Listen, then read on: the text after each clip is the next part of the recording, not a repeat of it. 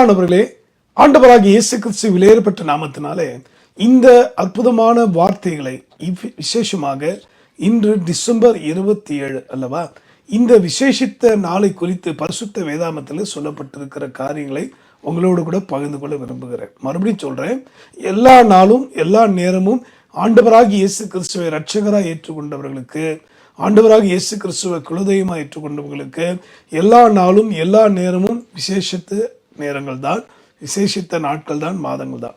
ஆக இன்றைக்கு ஒரு பண்டிகை கிறிஸ்தவர்களாக இருக்கிறவர்களுக்கு தான் குறிப்பிட்ட மாத நேரம் வரும்போது ரொம்ப உற்சாகம் வரும். ஆனால் சேனைகளை கர்த்தராகி இயேசு கிறிஸ்துவை இரட்சகராக ஏற்றுக்கொண்ட பிள்ளைகளை, உங்கள் வாழ்வில் நீங்கள் இன்னும் வேதத்தின் மகத்துவத்தை, வார்த்தையின் வல்லமை உணர வேண்டும் என்பதற்காக இன்று உங்களுக்காக நான் தெய்வ சமூகத்தில் ஜெபித்த போது கர்த்தர் காண்பித்த ஒரு வார்த்தை தான் உங்களோட பேச விரும்புகிறேன். இந்த ஜெபத்தோடு கேளுங்க. Why December 27th is very special. பரிசுத்த வேதத்தின்படி தான் சொல்லுகிறேன். From the Bible we are going to discuss. இந்த டிசம்பர் 27 ஏன் விசேஷம் வாசிக்க கேட்கலாமா? 2 Kings chapter 25 verse 27. 2 ராஜாக்களின் புஸ்தகத்தில் 25ஆம் அதிகாரம் 27ஆம் வசனம். யூதாவின் ராஜாவாகிய யோயாக்கினுடைய சிறையிருப்பின் 37ஆம் வருஷம் 12ஆம் மாதம் 27ஆம் தேதியிலே, 12ஆம் மாதத்தில் பார்த்தீங்கன்னா 27ஆம் தேதியில, அன்பானவர்களே, பரிசுத்த வேதாகமத்தில் மிக தெளிவாக இந்த நாளை குறிப்பிட்டு சொல்லியிருக்கிறாங்க. அதனால இந்த நாளிலே அவர்களுக்கு என்ன நடந்தது, அது யூத மக்களாக இருந்தாலும் சரி, யூதா ராஜாவாக இருந்தாலும் சரி, தேவனுடைய நாமத்தை நம்புற நீங்களும் நானும் ஆவிக்குரிய யூதர்கள், நீங்களும் நானும் ஆண்டுடைய பிள்ளைகளாக இருக்கிறோம். அதனால விசேஷித்தமா இன்னையிலேருந்து உங்களுக்கு என்னென்ன சம்பவிக்க போகுது. We are going to meditate from the book of 2 Kings chapter 25 from the verses 27, 28 and 29. There are 5 kinds of blessings I have given. அதில் கொடுக்கப்பட்ட 5 விதமான ஆசீர்வாதங்களை கர்த்தருடைய நாமத்தினால நம்ம பெற்றுக்கொள்ள போகிறோம். இப்போ முதலாவது என்னன்னு பார்க்கலாமா? உங்களுக்கு தேவன் தரப்போகிற முதலாவது ஆசீர்வாதம் என்னன்னு பார்ப்போமா? அதே 27ஆம் வசனத்தின் கடைசி பகுதி என்ன சொல்லுது தெரியுமா?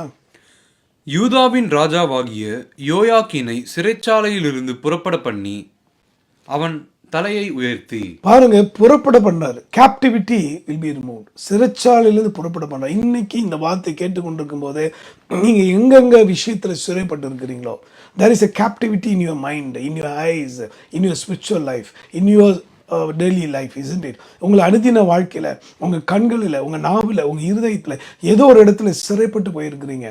உங்களால் விடுதலையோடு பாட முடியல கர்த்தரை, உங்களால் விடுதலையோடு ஊழியத்தை கொடுக்க முடியல, பொருளாதாரத்தில் சிறையிருப்பு, அடுத்தது ஊழியம் செய்யணும் வாஞ்ச பாரம் இருக்குது, ஆனால் சரீரம் ஒத்துழைக்க மாட்டுது, முழங்கால் போட்டு ஜெபிக்கணும் வாஞ்ச முடியல, பலவீனங்கள், இப்படி பல வகையான சிறையிருப்பு இருக்கு. இப்போ கர்த்தருடைய நாமத்தினால I rebuke the power of doctor in Jesus name. இந்த செய்தியை கேட்டுக்கொண்டிருக்க பிள்ளைகளை கர்த்தருடைய நாமத்தினால உங்களுக்கு சிறையிருப்பு இப்போ நீங்க போதும். ஆமென். சிறைப்பட்டு போன சீக்கிரமா விடுதலை ஆவான் என்று ஏசாயா தீர்க்கதரிசி சொல்றாரு. இன்னைக்கு இந்த டிசம்பர் 27ஆம் தேதி அருமையான தேவனுடைய பிள்ளையாக அந்த ராஜாவுக்கு சிறைசாலையிலிருந்து புறப்பட பண்ணி அவன் தலையை வைத்தினது போல ஆண்டவராகிய தேவனாகிய கர்த்தர் உங்க வாழ்க்கையில இனி உயர்த்த போகிறார். முதலாவது சிறையிருப்பு மாறப்போகுது. Captivity will be removed. உங்க வாழ்க்கையில இருக்கிற சிறையிருப்பு மாறிட்டு அதோடைய விளைவாக உங்க தலையை உயர்த்த போறார். எந்த இடத்துல அவமானப்பட்டீங்களோ, எந்த இடத்துல சாத்தியம் இல்லைன்னு சொல்லி நினைக்கிறீங்க, தேவன் அங்க உங்களை உயர்த்த இருக்கிறார். ஆமென். அதனால is going to lift you, is going to bless you such way. அடுத்து 28ஆம் வசனம் என்ன சொல்லுது கேட்போமா?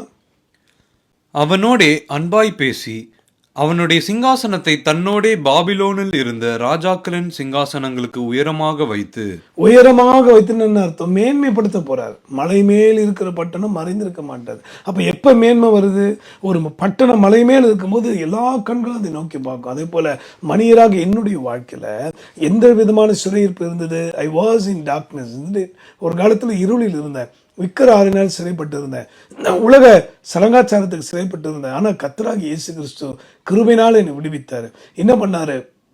அன்பாய் பேசி, அவர் யாரையும் அம்பு பண்ணலங்க, அவர் யாரையும் கோபப்படுத்தலை, அவர் யாரையும் எரிச்சல் படுத்தலை. இன்னைக்கு பார்த்தீங்கன்னா நம்முடைய இந்திய தேசத்தில், அது விசேஷமாக வட இந்தியாவில் ஜான்வரி 1 நான் சொல்லுவது 2025 ஜான்வரி 1 இப்போ இந்த டிசம்பர் 27 2025 வரைக்கும் 834 சம்பவங்கள் நடந்திருக்கு. There were 834 incident happened against God's children, especially against pastors and evangelists and missionaries in North India.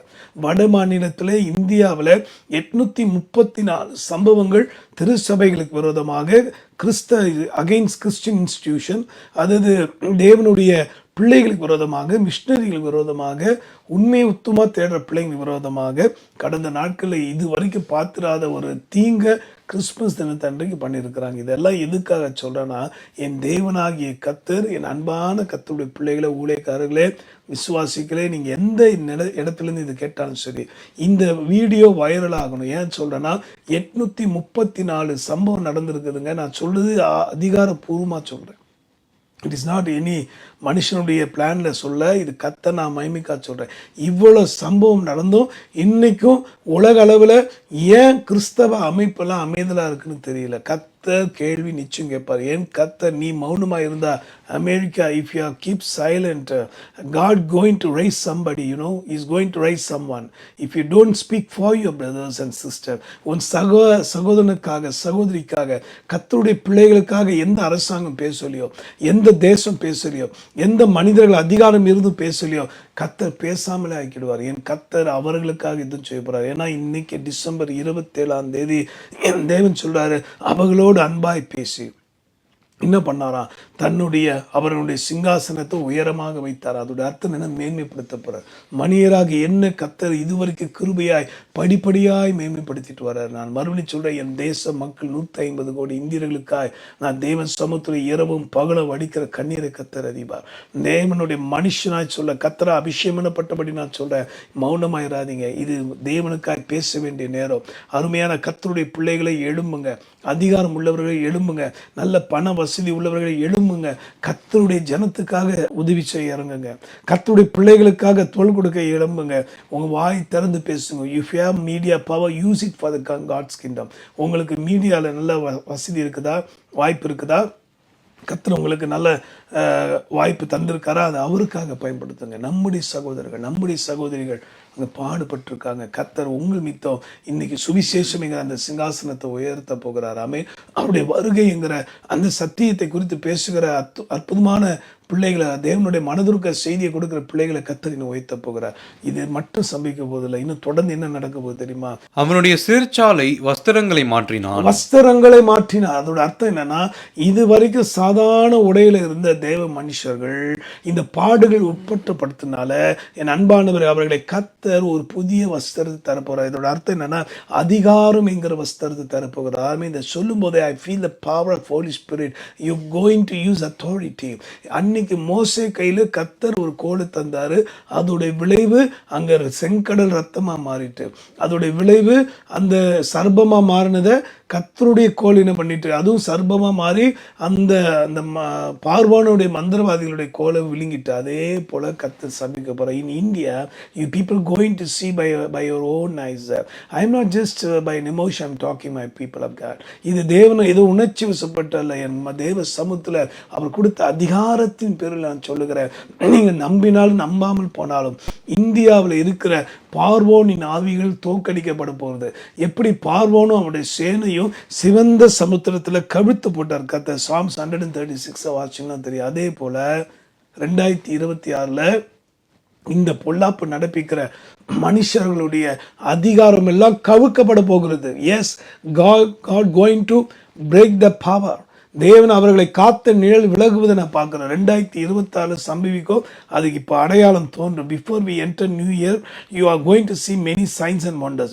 மனதில் வைத்துக் கொள்ளுங்க, பல அடையாளங்களை காட்ட போறோம். இன்னைக்கு இந்த 27 ஒரு விசேஷித்த நாள், மறந்துடாதீங்க.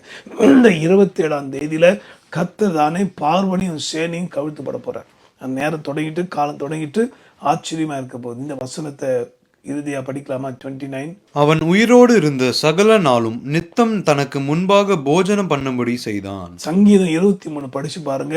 சத்துருக்கள் முன்பாக உன் பந்தி ஆயத்தப்படுத்த பாரு. பிரியமான தேவ பிள்ளைகளை, இந்த 5 காரியங்களை மறக்காதீங்க. மறுபடியும் சொல்ல, அது இந்தியாவா இருந்தாலும் சரி, உகாண்டா இருந்தாலும் சரி, எந்த தேசத்திலாம் கர்த்தருடைய பிள்ளைகள் நசுக்கப்படுகிறார்களோ, எந்த ஐலாண்ட்ல நசுக்கப்படுகிறார்களோ, எந்த கிராமம் பட்டணத்துல நசுக்கப்படுகிறாங்களோ, இன்னைக்கு கிறிஸ்துமஸ் அன்னைக்கு சென்னை தமிழ்நாட்டில் நடந்து தெரியுமா உங்களுக்கு? கீழப்பாக்கம்ங்கிற ஒரு பெரிய பஸ் ஸ்டாண்ட் உண்டு, ஆசியாவில் பெரிய பஸ் ஸ்டாண்ட். அங்கே கிறிஸ்துமஸ் அன்னைக்கு அதிகாலை 5 மணிக்கு அவர்கள் ஒரு ஊர்வலத்துக்காக பர்மிஷன் வாங்கியிருந்தாங்க. ஆனால் சரியாக 4:30 மணிக்கு அதை கேன்சல் பண்ணிட்டாங்க. அப்போ தீய சக்திகள் எவ்வளோ அழகாக மெதுவாக ஊடுருவி வந்துட்டு இருக்கு பாருங்க. அருமையான என் தமிழ்நாட்டு முதல்வருக்காக நான் ஜெபித்து கொண்டிருக்கிற அவர் தேவனால் அனுப்பப்பட்டவர். தேவன் அவரோடு இருக்கிறார். 2026 அவருடைய பொன்னான ஆட்சி தொடங்க போது கர்த்தர் அவர் ஆசிர்வதிக்க போறார் இன்னும். ஆனால் யாரெல்லாம் அண்டர் கிரவுண்ட் வேலை பார்க்குறாளோ, அதிகாரிகள் தன்னுடைய பவரை, தன்னுடைய படிப்பை நல்ல விஷயத்துக்கு பயன்படுத்ததா பதவி, அதுக்கு தான் ஐஏஎஸ் பதவி, அதுக்கு தான் எம்எல்ஏ, அதுக்கு தான் எம்பி பதவியை கடவுள் தரார். ஆனால் அதை யாரெல்லாம் மிஸ்யூஸ் பண்ணிட்டு ஜனங்களுக்குள்ளாக மத கலவரங்களை, மத சண்டைகளை, இன்னும் பலவிதமான காரியங்களை செய்ய பார்க்குறாங்களோ அவங்க வெட்கப்பட்டு போகிறாங்க.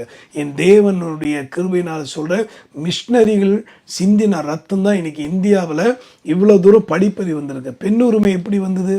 இன்னைக்கு பெண்கள் எல்லா ஃபீல்டுலையும் இந்தியாவில் செழித்து கொண்டு இருக்கிறாங்க, ஷைன் ஆகின்னு இருக்காங்களா? ரீசன் என்ன? இந்தியாவில் வந்துதான் மிஷினரிகள் எடுத்த முயற்சிங்க. இப்படி நிறைய காரியங்களை நேரில் சொல்லி முடிக்கிறேன். இந்த 5 காரியங்கள் சம்பவிக்கும். இன்னில் இந்த டிசம்பர் 27 12ஆம் மாதத்தில் தொடங்குது இந்த காரியங்கள். எல்லாரும் என்னோட சேர்ந்து ஜெபிப்பீங்களா? மறந்துடாதீங்க, இந்த தீர்க்க தரிசன வார்த்தையை, இந்த மனதுருக்க செய்தியை நம்ம அருமை சகோதர சகோதரிகள் இந்தியா முழுக்க இல்லை, உலகம் முழுக்க தெரிஞ்சுக்கணும். அது உங்கள் கையில் தான் இருக்குது. கர்த்தர் உங்களை கேட்பார். இந்த ரத்த பழியை என் கையில் தொடச்சிட்டார். ஏன்னா நான் ஆண்டு சமூகத்தில் ஜெபித்த போது கர்த்தர் சொன்னது நான் சொல்லிட்டேன். இதை கீழ்ப்படிந்து தொடர்ந்து ஒத்துழைப்பதும் வேண்டாம்னு நினைப்பது அவங்களுடைய பாடு. கர்த்தர் உங்களை மன்னிக்கட்டும். தயவுசெய்து இந்த நல்ல காரியத்தை செய்யுங்க, என்னோடு இணைந்து செயல்படுங்க. இந்த light of the world ministry கர்த்தரால் அபிஷேகம் பண்ணப்பட்ட ஊழியம். I was born and brought up in an Orthodox Hindu Brahmin family. I am not talking about religion. I am sharing only the love and compassion of Jesus. The God who chose me from darkness, I may exalt His name in mighty way. Though I am unworthy for this, I give all glory, honor to Lord Jesus Christ. My dear brothers and sisters, join with me and let us exalt the name of Jesus alone. Let us bring the kingdom of God in everywhere. Amen. கர்த்தருடைய ராஜ்யத்தை நம்ம கொண்டு வருவோமா? ஜெபிப்போம். அன்புள்ள ஆண்டவரே, இந்த வார்த்தை கேட்டு என்னோட ஜெபிக்கிற அத்தனை பிள்ளைகளை ஆசீர்வதியும். Fill them with the power of anointing, oh God. Fill them with the authority, oh God. ஆண்டவரே, தூங்கி கொண்டிருக்கிறவங்க தட்டி எழுப்பும் ஆண்டவரே. அதிகாரத்தை நீ தந்திருக்கிறீர், படிப்பை தந்திருக்கிறீர், நல்ல அழகு, செல்வ, ஆஸ்தி, நல்ல மீடியாவில், இன்னும் பல விதமான ஃபீல்டில் அவங்க நல்ல டாப் லெவலில் வர வந்திருக்கிறாங்கப்பா. இன்னைக்கு எங்கேயோ நடக்குது, எங்கள் ஸ்டேட் வெரி பீஸ்ஃபுல்லாக இருக்குன்னு சொல்லி உட்கார வேண்டாம். ஏன்னா இன்னைக்கு உத்தரப்பிரதேசில் நடக்கிறது, சத்தீஸ்கரில் நடக்கிறது, ஜார்க்கண்டில் நடக்கிறது, உத்தரகாண்டில் நடக்கிறது, ஆண்டவர் ஒரிசாவில் நடக்கிறது. நாளைக்கு தமிழ்நாட்டிலும் வராமல் போகாது. அண்டை மாநிலமாக கேரளாவில் பிரச்சனை வந்திருக்குதப்பா. இப்படி சொல்லிக்கொண்டே இருக்கலாம். ஆனால் நாங்கள் பிரச்சனை கண்டு அஞ்சவில்லை ஆண்டவரே. எங்கே போனார்கள் ஆண்டவரே ஸ்தேவானை போன்ற மனிதர்கள்? எங்கே போனார்கள் தாவீதை போன்ற மனிதர்கள் கோலியாத்தை மேற்கொள்ள?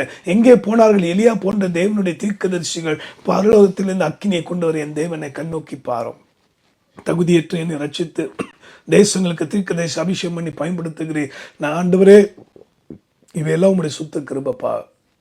கண்ணீரோடு ஜெபிக்கிறோம். எங்கள் அருமை சகோதர சகோதரிகள் அவங்க எந்த ஸ்தாபனத்தில் இருந்தாலும் என்ன ஆண்டவரே, உங்களோட பேரை சொல்கிறாங்கல்ல, உங்கள் நாமத்தை மகிமைப்படுத்துகிறாங்கல்ல, யாரையும் கட்டாயப்படுத்தலையே. இயேசு ஒரு நாளும் மதத்தை பற்றி பேசினது இல்லையே, ஒரு நாள் மதம் மாறுங்களேன்னு சொன்னது இல்லையே. பைபிளை சரியாக படிக்காமல் இன்னைக்கு உளறி கொண்டு இருக்கிறார்களப்பா.